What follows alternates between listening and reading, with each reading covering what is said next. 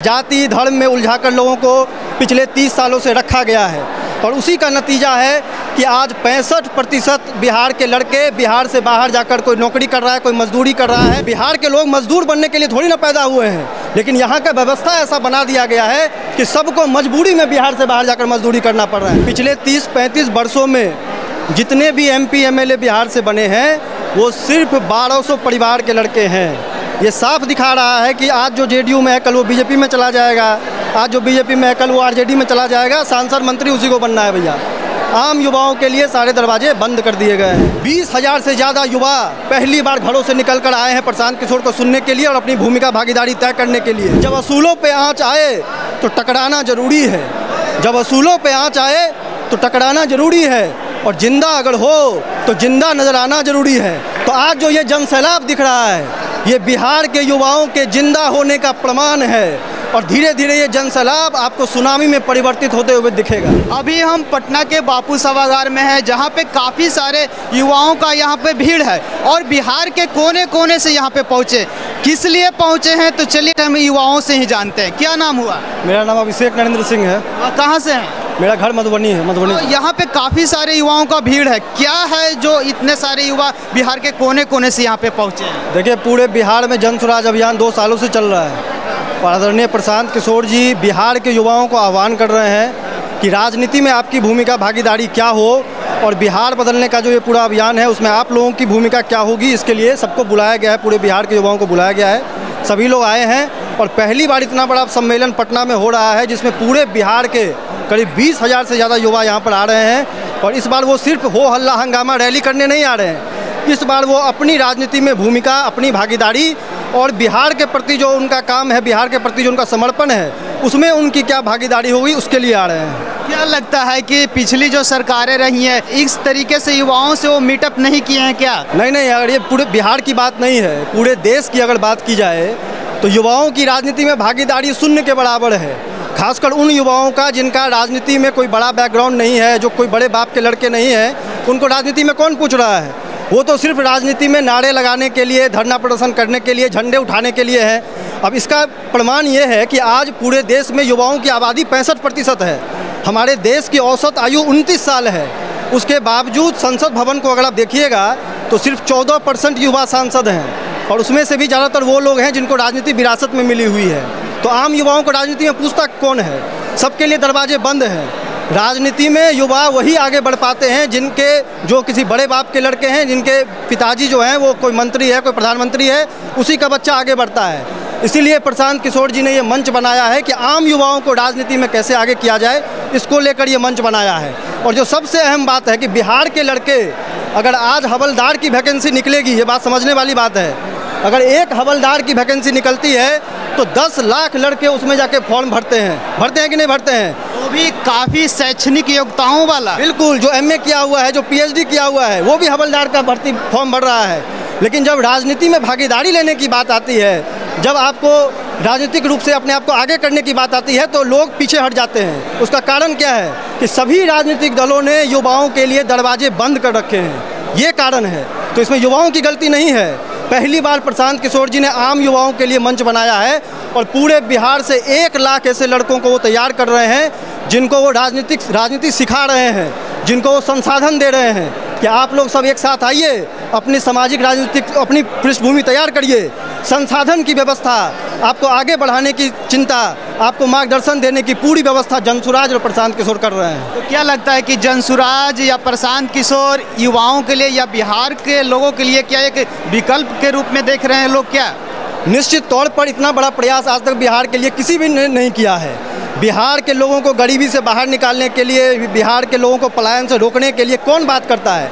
कोई बात नहीं करता है। जाति धर्म में उलझाकर लोगों को पिछले 30 सालों से रखा गया है और उसी का नतीजा है कि आज 65% बिहार के लड़के बिहार से बाहर जाकर कोई नौकरी कर रहा है, कोई मजदूरी कर रहा है, कोई मजबूरी में बिहार में झुग्गियों में रहने को मजबूर है। भारत के किसी भी कोने में आप चले जाइए, सबसे ज़्यादा रिक्शा चलाने का काम बिहारी कर रहा है, सबसे ज़्यादा ठेला लगाने का काम बिहारी कर रहा है। तो बिहार के लोग मजदूर बनने के लिए थोड़ी ना पैदा हुए हैं, लेकिन यहाँ का व्यवस्था ऐसा बना दिया गया है कि सबको मजबूरी में बिहार से बाहर जाकर मजदूरी करना पड़ रहा है। तो किसी को तो बदलना पड़ेगा। वही प्रयास प्रशांत जी कर रहे हैं। तो अगर लोग कहेंगे कि भैया इनको ही विकल्प बनना चाहिए तो विकल्प बनेगा।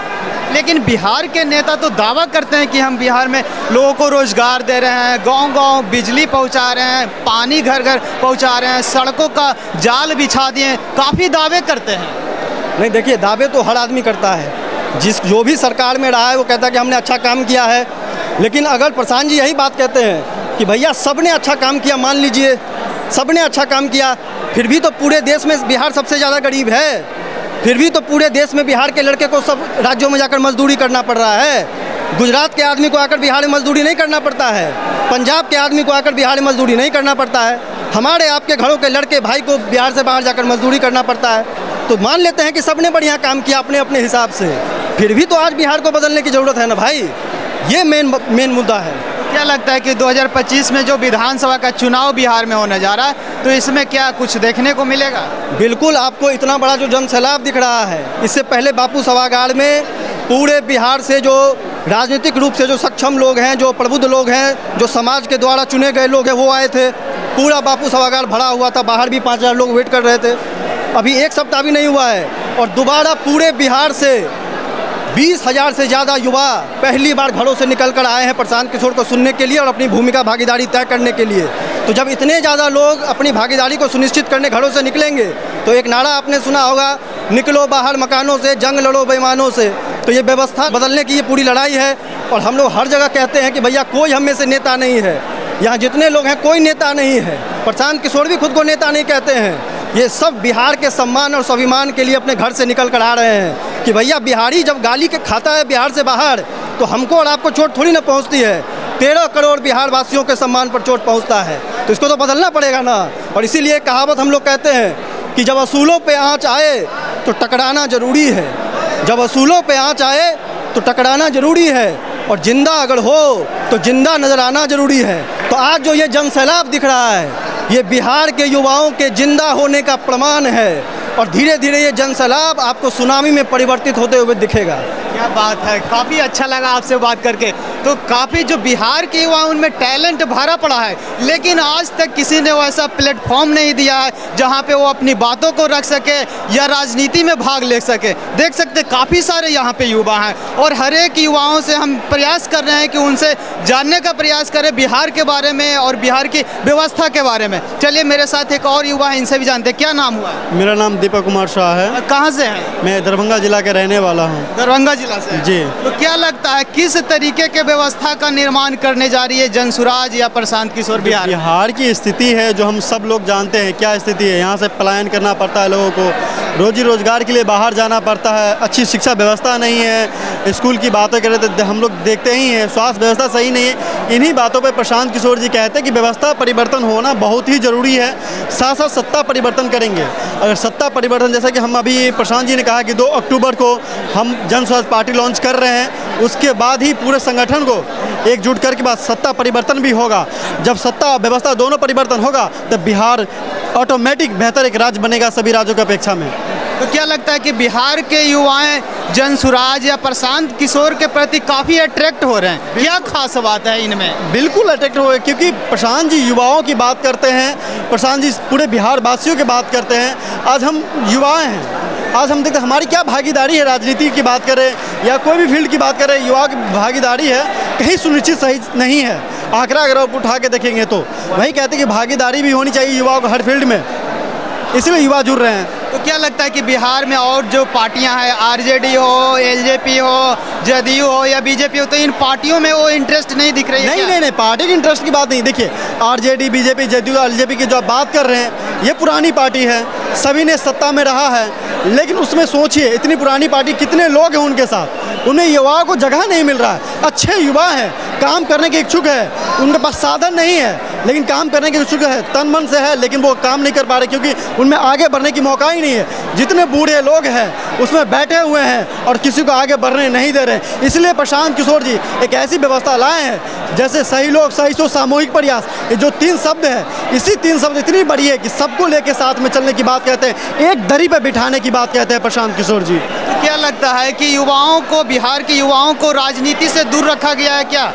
नहीं, सिर्फ बिहार के युवाओं को नहीं, पूरे देश में वंशवाद और परिवारवाद जो है पूरे देश की राजनीति को खोखला करते जा रहा है। एक आंकड़ा बिहार की राजनीति से संबंधित दे देता हूँ कि पिछले 30-35 वर्षों में जितने भी MP MLA बिहार से बने हैं वो सिर्फ 1200 परिवार के लड़के हैं। ये साफ दिखा रहा है कि आज जो JDU में है कल वो BJP में चला जाएगा, आज जो BJP में है कल वो RJD में चला जाएगा। सांसद मंत्री उसी को बनना है भैया। आम युवाओं के लिए सारे दरवाजे बंद कर दिए गए हैं, इसी को बदलना है। और आप पूरे देश के सभी राज्यों को उठाकर देख लीजिए, सब राज्यों में एक बड़े राजनीतिक परिवार का कब्जा है। तो क्या लगता है प्रशांत किशोर जी काफ़ी दिनों से बिहार में गांव-गांव पैदल घूमकर लोगों को जगाने का काम कर रहे हैं, तो क्या असर दिख रहा है गांव में या बिहार में? नहीं, और प्रशांत जी तो बिहार को समझने निकले हैं। अभी 2 साल होने को है लेकिन आधा बिहार हुआ है, तो आप समझिए कि एक गांव में वो कितना समय दे रहे हैं, एक ज़िले में कितना समय दे रहे हैं। यहाँ पर कोई समाधान यात्रा निकाल रहा है तो एक महीना में पूरा बिहार का यात्रा कर दे रहा है। 6 महीना में राहुल गांधी जी ने पूरा देश का यात्रा कर दिया। यहाँ प्रशांत किशोर 2 साल से 15 ज़िले 16 ज़िले में कर पाए हैं। तो इसी से पता चलेगा आपको कि ज़मीन पर उतरकर एक एक चीज़ों को समझ रहे हैं, लोगों से बात कर रहे हैं और उसके बाद अगले 10 साल का रोड मैप तैयार कर रहे हैं, जो आपको पार्टी बनने के कुछ दिनों के बाद हर पंचायत का आपको रोड मैप ब्लूप्रिंट आपको नज़र आएगा, निकलेगा, तो वो सबको सामने रखा जाएगा। प्रशांत किशोर जी चुनाव लड़ाने का काम करते थे और काफ़ी दलों को इन्होंने चुनाव लड़ाया भी है और जिताया भी है। इनका स्ट्राइक रेट भी अच्छी रही है चुनाव लड़ाने के मामले। तो क्या लगता है कि इस बार जो बिहार में खुद चुनाव लड़ने जा रहे हैं अपना पार्टी बनाकर, तो क्या स्ट्राइक रेट रहने वाला है बिहार? प्रशांत किशोर जो काम पहले करते थे, बड़े बड़े नेताओं को चुनाव जिताने में मदद करते थे, काम अभी वही कर रहे हैं। पार्टी प्रशांत किशोर की है नहीं, पार्टी का नेता प्रशांत किशोर है नहीं, पार्टी के अध्यक्ष प्रशांत किशोर है नहीं। बिहार से जो अच्छे लोग चुनकर उन्होंने निकाला है, फर्क बस इतना है कि पहले नेताओं को जिताते थे, अब बिहार के उन अच्छे लोगों को अपने संसाधन से, अपने मार्गदर्शन से, अपनी रणनीति से जिताएंगे। फर्क बस इतना है। 25 में लगता है कि बिहार में बदलाव होने की संभावना है 110%। क्योंकि कहीं ना कहीं प्रशांत किशोर जी ने ऐलान किया है कि बिहार के जितने भी विधानसभा सीट हैं सभी विधानसभा सीटों पे कैंडिडेट उतारने जा रहे हैं। 1985 के बाद बिहार में पहली बार ऐसा होगा कि कोई एक अकेला दल पूरे 243 सीट पे लड़ेगा। इतनी हिम्मत कोई नहीं कर पा रहा है। देश दुनिया में सबसे ज़्यादा सदस्यता का दावा करने वाले लोग भी हिम्मत नहीं कर पा रहे हैं बिहार के 243 सीट पर कैंडिडेट खड़ा कर दें। तो प्रशांत किशोर जी ये कर पा रहे हैं क्योंकि उन्होंने समाज के सही लोगों को चुनकर निकाल लिया है और उनको इतना कॉन्फिडेंस है, उनको पता है कि कैसे जीतते हैं। बिहार पहले भी जीता हुआ 2015 में, तो जीतना बड़ी बात नहीं है। वो तो 6 महीने में चुनाव जीत सकते हैं। सही लोगों के साथ चुनाव जीते, सत्ता में आने का पूरा प्रोग्राम नहीं है, व्यवस्था कैसे बदलेगा उसके लिए पूरा अभियान है, इसीलिए इतना ज़्यादा मेहनत कर रहे हैं। अगर मान ले जाए कि प्रशांत किशोर की पार्टी जनसुराज सत्ता में आ जाती है बिहार में, तो क्या लगता है कि क्या बदलाव की उम्मीद है? नहीं, जैसा उन्होंने कहा है कि 3 संकल्प हैं सबसे बड़े बड़े। पहला, 15 साल से जो कम उम्र के बच्चे हैं उनके लिए बढ़िया पढ़ाई की व्यवस्था। दूसरा, जो 15 से 45 साल तक के लड़के हैं उनके लिए रोजगार की व्यवस्था पंचायत के स्तर पर, ताकि 12,000 15,000 कमाने के लिए उनको बाहर न जाना पड़े। और तीसरा, जो हमारे अभिभावक हैं, बुजुर्ग लोग हैं, उनको अभी 400 रुपया वृद्धा पेंशन मिलता है, तो उसको बढ़ा के 2,000 रुपया वृद्धा पेंशन करें। समाज के इन 3 वर्गों को अलग अलग उनके लिए प्लान है और इसके अलावा बहुत सारी चीज़ों हैं जिस पर विस्तार से प्रशांत जी ब्लूप्रिंट जारी करेंगे। बिल्कुल, बहुत अच्छा लगा आपसे बात करके। तो इस तरीके से देख सकते हैं अभी हम पटना के बापू सभागार में थे। बिहार के कोने कोने से आए युवाओं से हम जानने का प्रयास कर रहे थे कि वाकई में बिहार में किन व्यवस्थाओं का निर्माण करने जा रहे हैं प्रशांत किशोर या जनसुराज। तो आप लोग भी अपनी अपनी प्रतिक्रिया कमेंट बॉक्स में ज़रूर बताइएगा। तब तक के लिए जय हिंद।